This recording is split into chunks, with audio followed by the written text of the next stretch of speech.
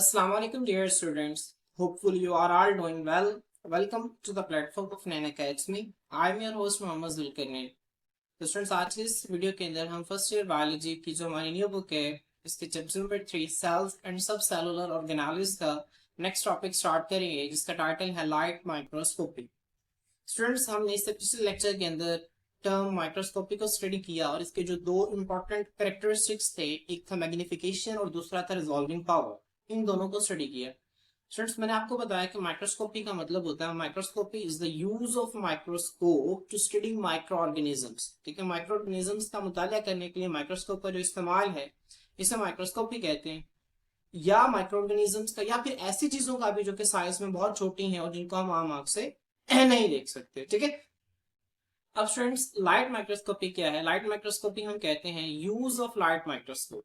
ठीक है, माइक्रोस्कोप हमारे पास दो तरह की होती हैं, एक को हम कहते हैं लाइट माइक्रोस्कोप और एक को हम कहते हैं इलेक्ट्रॉन माइक्रोस्कोप। ठीक है, अब इन्हें लाइट माइक्रोस्कोप क्यों कहते हैं और इलेक्ट्रॉन माइक्रोस्कोप क्यों कहते हैं, आए इसको हम डिटेल से स्टडी करते हैं। स्टूडेंट्स लाइट माइक्रोस्कोप जो है इसकी शेप कुछ इस तरह से होती है, जनरल सी शेप आपको नजर आ रही है, ये ठीक है किस्म का स्केच है। इसमें हमारे पास हम इसकी वैसे कंस्ट्रक्शन आगे देखेंगे। ये इसका आईपीस होता है, यहाँ पे एक जो है ना ऑब्जर्वर खड़ा अपनी आंख से यहाँ से देखता है। ये स्टूडेंट्स यहाँ पे हम उस ऑब्जेक्ट को रखते हैं जिसको हमने ऑब्जर्व करना होता है। यहाँ पे लाइट लगी होती है, लाइट सोर्स होता है। ठीक है, और यहाँ पे वो ऑब्जेक्ट पड़ा होता है जिसको हम ऑब्जर्व कर रहे होते हैं। ठीक है, अब होता है क्या, यहाँ से लाइट आती है, पास करती है इस ऑब्जेक्ट से, फिर इस ऑब्जेक्ट से इस लेंस से, और फिर यहाँ से हमें यहाँ पे एक बड़ा इमेज उसका नजर आता है। ठीक है, हम इसको ऐसे आगे डिटेल से पढ़ेंगे, तो मैंने आपको जनरल सा ओवरव्यू दिया। अब स्टूडेंट्स चूंकि लाइट माइक्रोस्कोप के अंदर ये जो माइक्रोस्कोप है ना, इसके अंदर हम रोशनी का इस्तेमाल करते हैं ऑब्जेक्ट को देखने के लिए, इसी वजह से हम इसे लाइट माइक्रोस्कोप कहते हैं। क्या कहते हैं स्टूडेंट्स? लाइट माइक्रोस्कोप कहते हैं। ठीक है, आपने इस बात को ध्यान में रखना है। देखिए यहाँ पे यूज ऑफ लाइट माइक्रोस्कोपी, इसका लाइट माइक्रोस्कोपी ये आपकी बुक में नहीं लिखा हुआ, लेकिन आपको पता होना चाहिए कि लाइट माइक्रोस्कोपी क्या होता है। लाइट माइक्रोस्कोप का जो इस्तेमाल है, ठीक है, छोटी चीजों को देखने के लिए इसे हम लाइट माइक्रोस्कोप कहते हैं। अब स्टूडेंट्स लाइट माइक्रोस्कोप का एक और नाम भी होता है, इसे हम कंपाउंड माइक्रोस्कोप भी कहते हैं, ये भी आपकी बुक के अंदर नहीं लिखा हुआ। ठीक है, दोनों पॉइंट्स आप बुक पे लिख लें, ठीक है, रजिस्टर पे नोट डाउन कर लें, दोनों बहुत इंपॉर्टेंट है।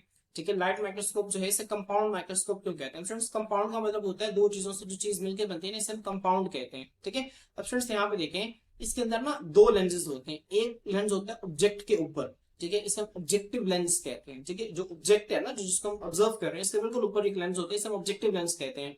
और एक लेंस होता है स्टूडेंट्स आई के पास, इसे हम आई पीस कहते हैं। ठीक है, अब चूंकि इसके अंदर दो लेंसेज इस्तेमाल हो रहे हैं, ठीक है, इसी वजह से हम इसको कंपाउंड माइक्रोस्कोप भी कहते हैं। क्या कहते हैं स्टूडेंट्स? कंपाउंड माइक्रोस्कोप कहते हैं। कंपाउंड का मतलब क्या होता है? ठीक है, दो दो चीजों से मिलकर बनता है, इसे कंपाउंड कहते हैं। तो स्टूडेंट्स यहाँ पे दो लेंसेज इस्तेमाल होने की वजह से इसे कंपाउंड माइक्रोस्कोप भी कहते हैं, लाइट माइक्रोस्कोप। इसे लाइट माइक्रोस्कोप क्यों कहते हैं? क्योंकि इसमें हम लाइट को इस्तेमाल करते हैं किसी भी ऑब्जेक्ट को देखने के लिए, और इसे कंपाउंड माइक्रोस्कोप इस वजह से कहते हैं क्योंकि इसके अंदर दो लेंसेज हम इस्तेमाल करते हैं। स्टूडेंट्स इसका वर्किंग प्रिंसिपल आप क्या करेंगे? सिंपल स्टूडेंट्स, इस तरह से मैंने आप लोगों के लिए यहाँ पे हेडिंग्स बनाएंगे। आप लाइट माइक्रोस्कोपी अगर आपको लॉन्ग क्वेश्चन में आ गया, ठीक है, आप इस तरह से 3 पॉइंट्स लिखकर इसके बाद स्टूडेंट्स इसके बाद इसकी वर्किंग प्रिंसिपल की हेडिंग देंगे। किसकी हेडिंग देंगे स्टूडेंट्स? वर्किंग प्रिंसिपल की। अब वर्किंग प्रिंसिपल की हेडिंग देने के बाद स्टूडेंट्स आप इसी तरह से बुलेट्स बना के फिर इस तरह से एरोज लगा के आप ये पॉइंट्स लिखेंगे।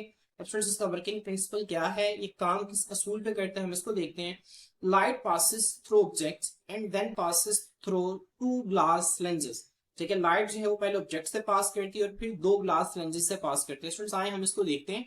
यहाँ पे देखिए मैंने आप लोगों के लिए ठीक है उसको ड्रॉ किया हुआ है, ये माइक्रोस्कोप है। स्टूडेंट्स यहाँ पे देखिए लाइट सोर्स है, ठीक है, आपको यहाँ पे नजर आ रहा है। अब यहाँ से लाइट निकलती है और यहाँ से लाइट दो लेंसेज से पास करती है। ठीक है स्टूडेंट्स, यहाँ पे देखिए पहले इस ऑब्जेक्ट से पास करेगी, ऑब्जेक्ट से पास करने के बाद इस लेंस से पास करेगी, और इस लेंस से पास करने के बाद जो है वो फिर इस लेंस से पास करेगी और फिर हमें नजर आएगा। ठीक है, तो स्टूडेंट्स यहाँ पे जो इसका पहला पॉइंट है कि लाइट जो है वो ऑब्जेक्ट से पास करने के बाद दो ग्लास लेंसेज से पास करती है, तो इसका आपकी समझ आ गई होगी। Second lens क्या है? one lens produces an enlarged image of the object। समझ आ रही है स्टूडेंट्स?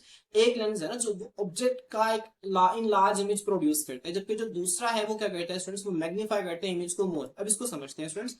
यहाँ पे देखें स्टूडेंट्स, ये आपको कंपाउंड माइक्रोस्कोप नजर आ रही है। यहाँ से स्टूडेंट्स लाइट निकलती है और यहाँ पे ये ऑब्जेक्ट पड़ा हुआ है। ठीक है, अब स्टूडेंट्स यहाँ पे देखें, इससे समझे हम, ये लाइट है।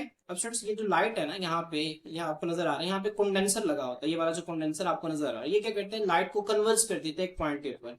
अब स्टूडेंट्स वो कौन सा पॉइंट है जहाँ पे लाइट को कन्वर्ज किया जाता है? स्टूडेंट्स वो पॉइंट है सोर्स का। ठीक है, यहाँ पे जो स्पेसिमन पड़ा हुआ है, ये देखिए वो पॉइंट।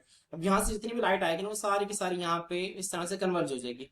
अब स्टूडेंट्स यहाँ पे छोटा सा सुराख होता है, इस सुराख को हम कहते हैं डायाफ्राम। क्या कहते हैं स्टूडेंट? डायाफ्राम। ये अमाउंट ऑफ लाइट को कंट्रोल करता है कि कितनी लाइट आगे जाएगी, कितनी लाइट आगे नहीं जाएगी। अब यहाँ पे स्टूडेंट्स ऊपर ऑब्जेक्ट पड़ा हुआ है।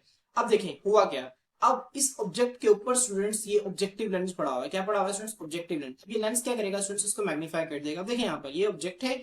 अब ऑब्जेक्टिव लेंस क्या करेगा? इसको मैग्नीफाई करके इस तरह से ना यहाँ पे रेज कन्वर्ज होंगी और यहाँ पे इसकी एक इमेज बन जाएगी। अब स्टूडेंट्स एक लेंस, जो ऑब्जेक्टिव लेंस की बात हो रही है, वो कहते हैं एक लेंस क्या करता है? इस ऑब्जेक्ट की एक बड़ी इमेज बनाता है। समझ आ रही? अब स्टूडेंट्स ये जो ऑब्जेक्टिव लेंस की इमेज है ना, ये एज एन ऑब्जेक्ट काम करती है ऑक्यूलर लेंस के लिए। मेरी बात समझ में आ रही है? अब ऑक्यूलर लेंस क्या करता है? जो इसकी इमेज बनती है ना, इसको फिर मजीद बड़ा कर देता है। इसको क्या कर देता है? मजीद बड़ा करके हमें यहाँ पे नजर आती है, यहाँ पे दिखाता है। और फिर जो आई पीस यहाँ से जो बंदा देखता है ना उसे, ठीक है, वो ऑक्यूलर लेंस उसको उस ऑब्जेक्टिव लेंस की इमेज को मजीद बड़ा करके दिखा देता है। ठीक है, तो स्टूडेंट्स मैं उम्मीद करता हूँ कि आपको इस पॉइंट की समझ आ गई होगी। अब देखिए यहाँ पे one lens produces the large image of the object. वो कौन सा लेंस है स्टूडेंट्स? ऑब्जेक्टिव लेंस है। वो ऑब्जेक्ट की बड़ी इमेज को प्रोड्यूस करता है।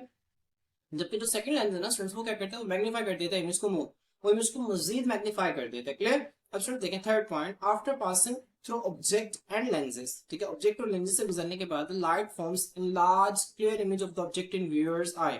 अब स्टूडेंट्स यहाँ पे देखें, लाइट जो है वो ऑब्जेक्ट से और लेंसेज से पास करने के बाद इंसानी आंख में, ठीक है, जो कि देख रहा है, जो बंदा व्यूअर जो देख रहा है, व्यू का मतलब होता है देखना, व्यूअर मतलब देखने वाला, जो माइक्रोस्कोप से देख रहा है, तो उसकी आंख के अंदर एक बड़ी और क्लियर इमेज जो है वो ऑब्जेक्ट की बना देता है। समझ आ रही है स्टूडेंट्स? तो आपने इन पॉइंट्स को ध्यान में रखना है। ये शॉर्ट क्वेश्चन आपसे इंपॉर्टेंट शॉर्ट क्वेश्चन आपसे पूछा जा सकता है कि right the working principle of light microscope. तो आप सिंपल ये 3 लाइंस की आप बुक में हेडिंग बना ले, वर्किंग प्रिंसिपल में आपने 3 लाइंस ये लिखनी है और 7 स्टूडेंट्स आप लोगों ने ये डायग्राम बना देने। बहुत आसान है, इसको आपने लेबल करना है। ठीक है, बहुत आसान है ये डायग्राम। आप अगर इसे देखें ना, यहाँ पे आप सिंपल क्या करेंगे, इस तरह से बल्ब ड्रॉ कर देंगे। ठीक है, जिस तरह आपको यहाँ पे नजर आ रहा है, इस तरह से आप एक बल्ब ड्रॉ करके यहाँ पे आप इस तरह से बता देंगे लाइट सोर्स है। अब लाइट सोर्स के बाद आप इस तरह से यहाँ पे लाइट निकल रही है, आगे आप इस तरह से कंडेंसर बना देंगे। कंडेंसर के बाद स्टूडेंट्स आप यहाँ पे इस तरह से ग्लास लिड रख देंगे। अब देखिए यहाँ पे लाइट जो है वो इस तरह से कन्वर्ज हो रही है। अब ऊपर आप इस तरह से ऑब्जेक्टिव लेंस रख देंगे, इस तरह के यहाँ पे आपको नजर आ रहा है। फिर स्टूडेंट्स यहाँ पे इस तरह से लाइट आती है और फिर यहाँ पे इस तरह से आपस में मिलती है। फिर ऊपर जो है वो आईपीस पड़ा हुआ है। फिर यहाँ से लाइट इस तरह से जाती है और ऊपर आप इस तरह से एक वियर वाला बना देंगे जिससे उसको नजर आ रहा है। तो आप इसको 1 से 2 मिनट पर स्टूडेंट्स प्रैक्टिस करेंगे। बहुत आसान डायग्राम है और आप लोगों ने इसकी लाजमी तौर पे क्या करनी है स्टूडेंट्स? प्रैक्टिस करनी है। बहुत आसान है और बहुत इंपॉर्टेंट है। आप लोगों ने इसे अच्छी तरह से क्या करना है? ड्रॉ करके इसको याद करना है। ठीक है, आपको शॉर्ट क्वेश्चन में आ सकता है कि right the working principle of light microscope. तो आप लोगों ने इसका वर्किंग प्रिंसिपल के साथ साथ ये डायग्राम भी लाजमी बनानी है। समझ आ रही है स्टूडेंट्स? ये आपकी बुक के अंदर गिवन है। स्टूडेंट्स आपकी बुक के अंदर ना ये एक लाइट माइक्रोस्कोप की एक पिक्चर गिवन है जिसके अंदर इसके डिफरेंट पार्ट्स की ना लेबलिंग की गई है, किस पार्ट का क्या काम है। तो स्टूडेंट्स मैंने आप लोगों के लिए 2 स्लाइड्स के अंदर ना, ये आपकी बुक के अंदर वैसे इसके पार्ट्स की डिटेल नहीं है, लेकिन मैंने आप लोगों के आसानी के लिए आप लोगों को पता होना चाहिए कि किस पार्ट का क्या काम है। ठीक है, आप उसे उर्दू में सिंपली याद रख लीजिएगा। ठीक है, ताकि आपको लाइट माइक्रोस्कोप की फंक्शनिंग का पता होता है मुस्तकबिल में कभी आप, ठीक है, जब आप कॉलेज की लैब में जाएंगे, आपके कॉलेज में जब लैब वहां पे आपको लाइट माइक्रोस्कोप मिलेगा, तो जब लाइट माइक्रोस्कोप मिलेगा तो आपको उसको इस्तेमाल करना आना चाहिए। बल्कि आप जब इसके पार्ट्स को स्टडी कर लेंगे ना स्टूडेंट्स, तो वहां पे जाके आपको लाइट माइक्रोस्कोप इस्तेमाल करना आता होगा। ठीक है, तो एक बहुत अच्छी बात है।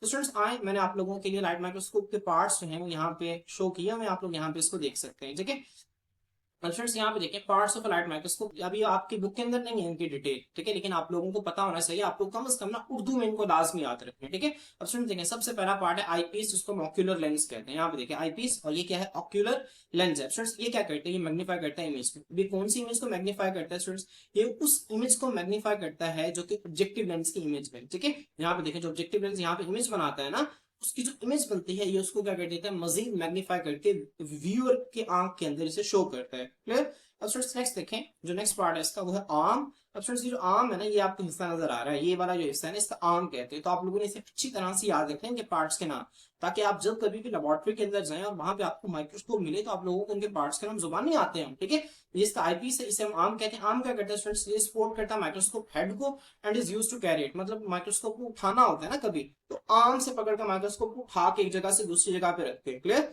तो इसको आपने ध्यान में रखना। आर्म है ना जो माइक्रोस्कोप की जो हेड है इसको सपोर्ट देता है, और इसको उठाने के लिए, इसको कैरी करने के लिए, एक जगह से दूसरी जगह ले जाने के लिए आर्म को हम इस्तेमाल करते हैं। क्लियर? तो स्टूडेंट्स आपने इसको जहन में रखना है। अब स्टूडेंट्स इसके बाद हमारे पास जो नेक्स्ट पार्ट है वो नोज पीस है, आपको यहाँ पे नजर आ रहा है। ठीक है, ये नोज पीस है आपको जहाँ यहाँ पे नजर आ रही है। अब स्टूडेंट्स ये देखें जो नोज पीस। अब स्टूडेंट्स होता क्या है, और नोज पीस के ना नीचे ये आपको नजर आ रही है ऑब्जेक्टिव लेंस लगे हुए हैं। आमतौर पर ना 3 ऑब्जेक्टिव लेंस लगे होते हैं। अब हर ऑब्जेक्टिव लेंस की ना पावर डिफरेंट होती है। मिसाल के तौर पर इसकी पावर जो है वो 10x है, एक की पावर 40x है, और एक की पावर जो है वो 100x है। क्या है स्टूडेंट्स? 100x है। अब कुछ ऐसी चीजें होती है जो हमें 10x पे बड़ी वाज़ेह नजर आ रही होती है, ठीक है। तब स्टूडेंट्स कुछ ऐसी चीजें होती है जो हमें 10x पे नजर नहीं आ रही होती, फिर हम क्या करते हैं, फिर हम नोज पे इसको ना ऐसे घुमाते हैं, ठीक है। जब हम ऐसे घुमाते हैं ना तो आगे फर्स्ट करें ये लेंस है, ठीक है, ये लेंस है। फर्स्ट करें मेरे पास एक लेंस पड़ा हुआ है ये 10x का, अब ये मेरे पास पीछे पड़ा हुआ है स्टूडेंट्स 40x का। तो मैंने क्या किया, मैं नोज पे इसको ऐसे घुमाऊंगा तो स्टूडेंट्स ये 10x का लेंस साइड पे आ जाएगा, 40x का लेंस आगे आ जाएगा, फिर हम इससे देखेंगे। तो अगर इससे भी ना सके हो तो फिर हम उसको मजीद घुमाते हैं, फिर 100x का लेंस आगे आ जाता है। क्लियर? तो स्टूडेंट्स आपने इसको ज़हन रखना है, जो नोज पीस है ना ये किस लिए इस्तेमाल होती है, hold and rotate the objective lens. Objective lenses को पकड़कर उसको रोटेट करने के लिए इस्तेमाल होती है, ठीक है। क्यों? क्योंकि ऑब्जेक्टिव लेंस जो है वो 3 ऑब्जेक्टिव लेंस आमतौर पर मौजूद होते हैं, हर लेंस की पावर जो है वो डिफरेंट होती है, ठीक है। तो अपने हिसाब से किसी भी ऑब्जेक्ट को क्लैरिफाई करने के लिए, क्लियर देखने के लिए हम इनमें से किसी भी पावर का, जो हमारी डिजायर्ड पावर है, हम उसका इस्तेमाल करते हैं। इसके बाद स्टूडेंट्स नेक्स्ट है ऑब्जेक्टिव लेंस। अब ऑब्जेक्टिव लेंस स्टूडेंट्स क्या करता है, एक ऑब्जेक्ट को बड़ा करके दिखाता है, ऑब्जेक्ट के लेंस को, ठीक है। ऑब्जेक्ट को क्या कर देता है, ये बड़ा कर देता है। देखिए, magnifies the specimen at different powers. अब स्टूडेंट्स स्पेसिमन क्या है, स्पेसिमन हम सैंपल को कह रहे हैं, जिस जानदार को, जिस माइक्रो ऑर्गेनिज्म को हम ऑब्जर्व कर रहे हैं ना, उसे हम स्पेसिमन कहते हैं। तो स्टूडेंट्स यहाँ पे जो स्पेसिमन रखा हुआ है, ठीक है, अब उस स्पेसिमन को क्या करते हैं, ये मैग्नीफाई करता है डिफरेंट पावर्स पर। डिफरेंट पावर पर क्यों? क्योंकि यहाँ पे हर ऑब्जेक्टिव लेंस की अलग अलग पावर है, तो उसको अलग अलग पावर्स पर ये क्या करता है स्टूडेंट्स, इसको मैग्नीफाई करके दिखाता है। क्लियर? तो स्टूडेंट्स नेक्स्ट देखें, नेक्स्ट हमारे पास जो है वो स्पेसिमन है। स्पेसिमन क्या होता है, द ऑब्जेक्ट बीइंग ऑब्जर्व्ड, वो ऑब्जेक्ट जिसको हम ऑब्जर्व कर रहे हैं माइक्रोस्कोप के अंदर, उसे हम स्पेसिमन कहते हैं। हम स्पेसिमन को आमतौर पर एक शीशे की स्लाइड होती है, ये आपको नजर आ रही है ना, ये इस तरह से ना, ठीक है, अब ये समझ लोहे की ना पत्रियां होती हैं। अब इसको दूर रखते हैं, दरम्यान में स्लाइड को एडजस्ट करते हैं, फिर ये स्लाइड को ना टाइटली एडजस्ट, ठीक है, जकड़ लेती है। जो स्लाइड है ना, ठीक है, जो जिस स्पेसिमेन को हम ऑब्जर्व कर रहे हैं उसको अपनी पोजीशन पे रखते हैं, उसको हिलने नहीं देते, फिर हम बड़े आराम से उस ऑब्जेक्ट को हम ऑब्जर्व कर लेते हैं। क्लियर? स्टूडेंट्स उसके बाद जो है बाकी पार्ट्स को हम, ठीक है, नेक्स्ट स्लाइड के अंदर देखते हैं। ये देखें स्टूडेंट्स, आप लोगों के लिए कोर्स स्लाइड मैंने शो की हुई है। अब यहाँ पे आप लोगों के लिए बाकी पार्ट्स जो है वो शो हो रहे हैं। स्टूडेंट्स यहाँ पे देखें, एक पार्ट है डायाफ्राम, ये आपको नजर आ रहा है। अब स्टूडेंट्स डायाफ्राम क्या काम करता है, ठीक है, diaphragm controls the amount of light reaching the specimen. अब स्टूडेंट्स ये ऊपर स्पेसिमेन पड़ा हुआ है, वो ऑब्जेक्ट है, और ये डायाफ्राम है। डायाफ्राम है ना जो, ये इस तरह से छोटा सा सुराख होता है, ठीक है। अब जब इसको हम घुमाते हैं ना, जब एक तरफ घुमाएंगे तो सुराख बड़ा हो जाएगा, और जब दूसरी तरफ घुमाएंगे तो सुराख छोटा हो जाएगा। जब सुराख बड़ा होगा तो इसके अंदर से ज्यादा लाइट पास करेगी, जब सुराख छोटा होगा तो इसके अंदर से कम लाइट पास करेगी। तो स्टूडेंट्स हम इस डायफ्राम की मदद से उस सुराख की ओपनिंग को कंट्रोल करते हैं, ठीक है, ये देखने के लिए कि कितनी लाइट जो है वो स्पेसिमेन को चाहिए। कुछ स्पेसिमेन ऐसे होते हैं जिनको हम कम लाइट पे ऑब्जर्व करते हैं, कुछ ऐसे होते हैं जिनको हम ज्यादा लाइट पे ऑब्जर्व करते हैं। तो लाइट को, अमाउंट को कंट्रोल करने के लिए जो कि स्पेसिमेन तक पहुंच रही है, हम किसका इस्तेमाल करते हैं स्टूडेंट्स, डायाफ्राम का इस्तेमाल करते हैं। आपने इसको जहन में रखना है। क्लियर? स्टूडेंट्स इसके अलावा डायफ्राम आपने पढ़ा हुआ है, लंग्स के अंदर भी हमारे पास एक स्ट्रक्चर थी, मस्कुलर शीट थी, ठीक है, जो कि ऊपर और नीचे मूव करती थी, ठीक है, वो भी डायफ्राम है, वो हमारे बॉडी के अंदर, उसको भी ज़हन में रखिएगा। फ्रेंड्स इसके बाद जो है वो लाइट सोर्स है। लाइट सोर्स क्या करती है स्टूडेंट्स, लाइट प्रोवाइड करती है। अब स्टूडेंट्स अक्सर केसेस में क्या होता है, कुछ ऐसे, अब कई माइक्रोस्कोप के अंदर यहाँ पे लाइट का प्रॉपर एक बल्ब लगा होता है, और कुछ माइक्रोस्कोप में क्या होता है, यहाँ पे एक मिरर लगा होता है, शीशा लगा होता है, जो कि इर्द गिर्द की लाइट को ना, ठीक है, कलेक्ट करके ऑब्जेक्ट के ऊपर डालता है, ठीक है। तो लाइट सोर्स का आमतौर पर क्या, इसने लाइट को प्रोवाइड करना है, ये क्या करते हैं, लाइट को प्रोवाइड करता है ताकि स्पेसिमेन को देखा जा सके। इसके पास स्टूडेंट्स दो टर्म्स है हमारे पास, एक है कोर्स एडजस्टमेंट और एक है स्टूडेंट्स फाइन एडजस्टमेंट। क्या नाम है स्टूडेंट्स, कोर्स एडजस्टमेंट और फाइन एडजस्टमेंट। देखें यहाँ पे, ये कोर्स एडजस्टमेंट है और ये फाइन एडजस्टमेंट। अब देखें स्टूडेंट्स इसका काम क्या है, ये ना दो नोब, ठीक है, नोब्स होती हैं। अब स्टूडेंट्स ये देखें, इमेज है ना, ये जो यहाँ पे नजर आ रहा है आपको, जहाँ पे स्पेसिमेन पड़ा हुआ है, ठीक है, ये देखिए आपकी जो ट्रे नजर आ रही है, ट्रे लाइक स्ट्रक्चर, इसके ऊपर स्पेसिमेन पड़ा हुआ है। अब इस स्पेसिमेन को, ये जो ऑब्जेक्टिव पीस है ना हमारा, ये ऑब्जेक्टिव पीस है, फर्स्ट दिन ऑब्जेक्टिव पीस है।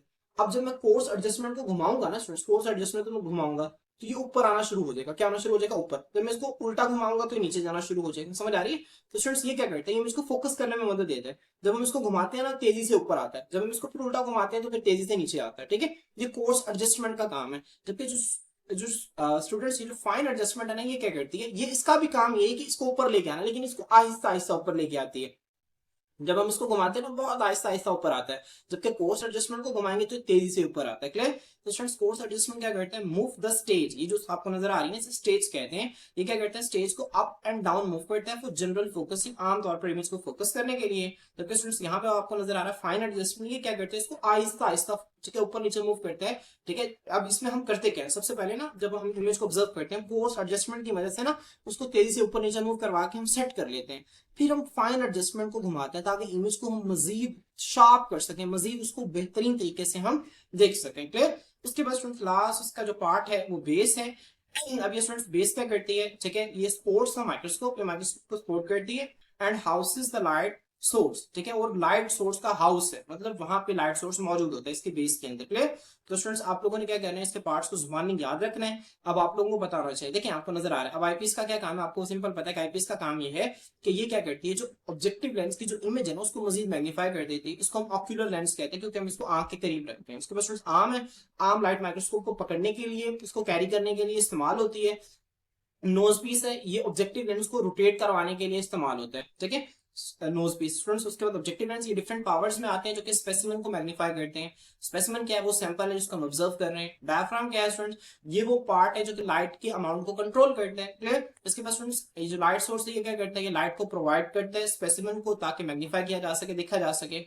अब स्टूडेंट्स इसके बाद कोर्स एडजस्टमेंट ये क्या करते हैं, स्टेज को अप और डाउन मूव करता है। ठीक है, जनरल फोकसिंग के लिए। जबकि जो फाइन एडजस्टमेंट है ये क्या करते हैं, इमेज को मजीद शार्प करने के लिए इसी स्टेज को अप एंड डाउन मूव करवाते हैं। और ये बेस है स्टूडेंट्स, ये इस पे सारा जो माइक्रोस्कोप है वो खड़ा होता है और यहाँ पे लाइट का सोर्स मौजूद होता है। स्टूडेंट्स देखिए कितनी इसकी आसान जो थी वो इसके पार्ट्स थे, और मैं उम्मीद करता हूँ कि आप लोगों को इसके पार्ट्स वो बहुत अच्छी तरह से आप लोगों को याद हो गए होंगे।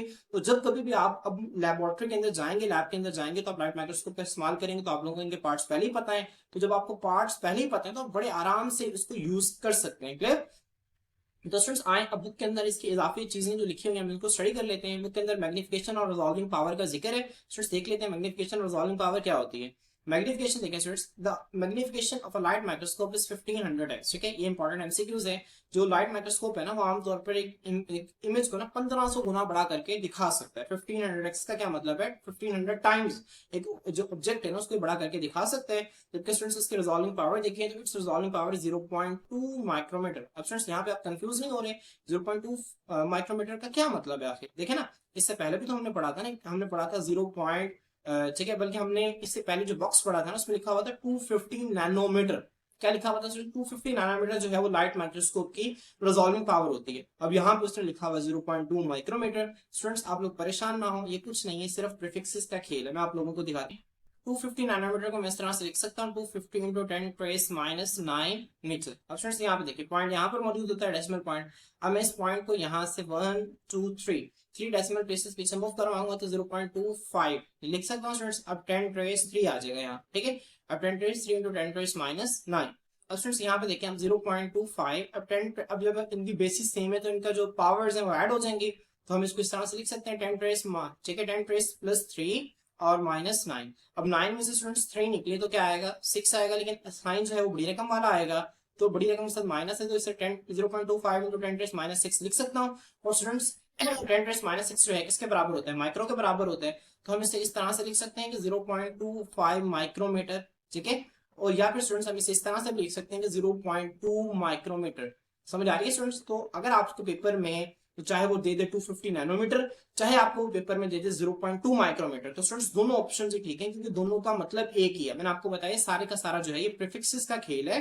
प्रीफिक्सेस की मदद से अलग अलग प्रीफिक्सेस में ठीक है इस्तेमाल करके, ठीक है, यहाँ पे आपको दो वैल्यूज हैं वो डिफरेंट नजर आ रही है लेकिन फर्क क्या है, सिर्फ प्रीफिक्सेस का फर्क है। क्लियर स्टूडेंट्स, आपने इसको ध्यान में रखना है कि जो लाइट माइक्रोस्कोप है इसकी मैग्निफिकेशन जो है ये 1500 टाइम्स है, इसकी रिजॉल्विंग पावर 0.2 माइक्रोमीटर है। क्लियर स्टूडेंट्स, लास्ट पे इसके एडवांटेजेस और कुछ इसकी लिमिटेशंस हैं, हम इसको देख लेते हैं। स्टूडेंट्स यहाँ पे देखें एडवांटेजेस क्या है और लिमिटेशंस क्या है। आपने इसकी हेडिंग देनी है और आपने इसमें ये जो लाइंस आपको यहाँ पे नजर आ रही है आपने लाइंस इसमें लिखनी है। स्टूडेंट्स देखिए यहाँ पे light microscope are advantages for viewing living organisms. ठीक है, लिविंग ऑर्गेनिजम्स को देखने के लिए क्या है, मुफीद हैं।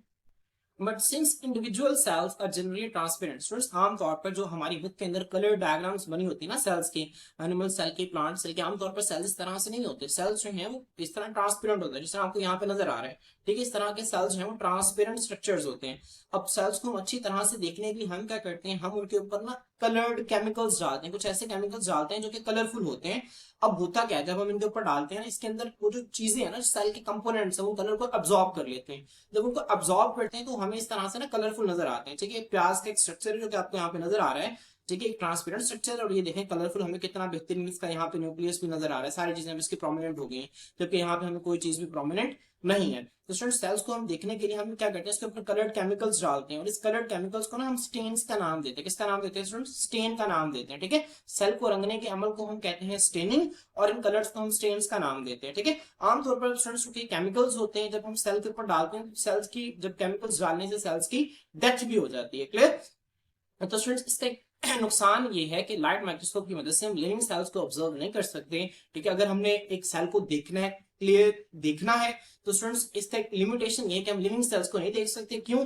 क्योंकि हमें सेल को क्लियर देखने के लिए हमें उसकी स्टेनिंग करनी पड़ेगी, उसके ऊपर कलर्ड केमिकल्स डालने पड़ेंगे, और कलर्ड केमिकल्स डालने से सेल की डेथ हो जाती है। स्टूडेंट्स यहाँ पे देखें, ये लिखा हुआ light microscopes are advantages for viewing living organisms. Living organisms को देखने के लिए फायदेमंद है, but since individual cells are generally transparent, लेकिन चूंकि जो अलग अलग सेल्स हैं, यहाँ पे देखें ये किस तरह से ट्रांसपेरेंट होते हैं, शफाफ हैं, their components are not distinguishable। देखें स्टूडेंट्स यहाँ पे डिस्टिंग्विशेबल का मतलब है काबिले फर्क। ठीक है, डिस्टिंग्विशेबल का क्या मतलब है? काबिले फर्क। लेकिन जो इसके कंपोनेंट्स हैं, जो इसके अज्जा हैं, ये काबिले फर्क नहीं होते अनलेस, जब तक के they are coloured with special stains, जब तक कि उन्हें खास रंग के साथ ना रंग दिया जाए। और उन स्टेन्स का मतलब क्या स्टूडेंट्स? Coloured chemicals. ठीक है, रंग वाले केमिकल्स होते हैं जिनको हम इसके ऊपर डालते हैं, तो ये जो सेल्स हैं, उन कंपोनेंट, सेल के जो कंपोनेंट्स हैं उन कलर्स को अब्सॉर्ब करते हैं, जिसकी वजह से हमें कलरफुल नजर आते हैं स्टूडेंट्स। लेकिन यहाँ पे इसकी एक लिमिटेशन ये है कि staining however usually kills the cell. जो स्टेनिंग है वो आमतौर पर सेल्स को किल कर देती है, जिसकी वजह से हम माइक्रोस्कोप की मदद से, लाइट माइक्रोस्कोप की मदद से हम चीजों को, लिविंग सेल्स को नहीं देख सकते। जब स्टेन करके देखेंगे तो वो डेड सेल्स हो जाएंगे। क्लियर? तो स्टूडेंट्स आप लोगों ने इसको जहन में रखना है। और एक और पॉइंट कि स्टेनिंग जो है वो सेल्स को क्यों किल कर देती है, क्योंकि स्टूडेंट्स ये जो केमिकल्स हैं सेल के मेटाबॉलिज्म को जाके अफेक्ट करते हैं। जब सेल के अंदर केमिकल रिएक्शन अफेक्ट होते हैं तो जाहिर सी बात है उनकी डेथ हो जाती है। तो स्टूडेंट्स आपने इस टॉपिक को इसी तरह से पॉइंट्स बना के, जिस तरह मैंने आपको शो किया, आपने इसी टॉपिक को इस तरह से पॉइंट्स बना के याद रखना है, ताकि स्टूडेंट्स आप लोग बोर्ड में इसको अच्छे तरीके से प्रेजेंट कर सकें। स्टूडेंट्स आज के लिए इतना ही, इंशाल्लाह नेक्स्ट वीडियो के अंदर इलेक्ट्रॉन माइक्रोस्कोप के साथ आपकी खिदमत में हाजिर होते हैं। अल्लाह हाफिज़।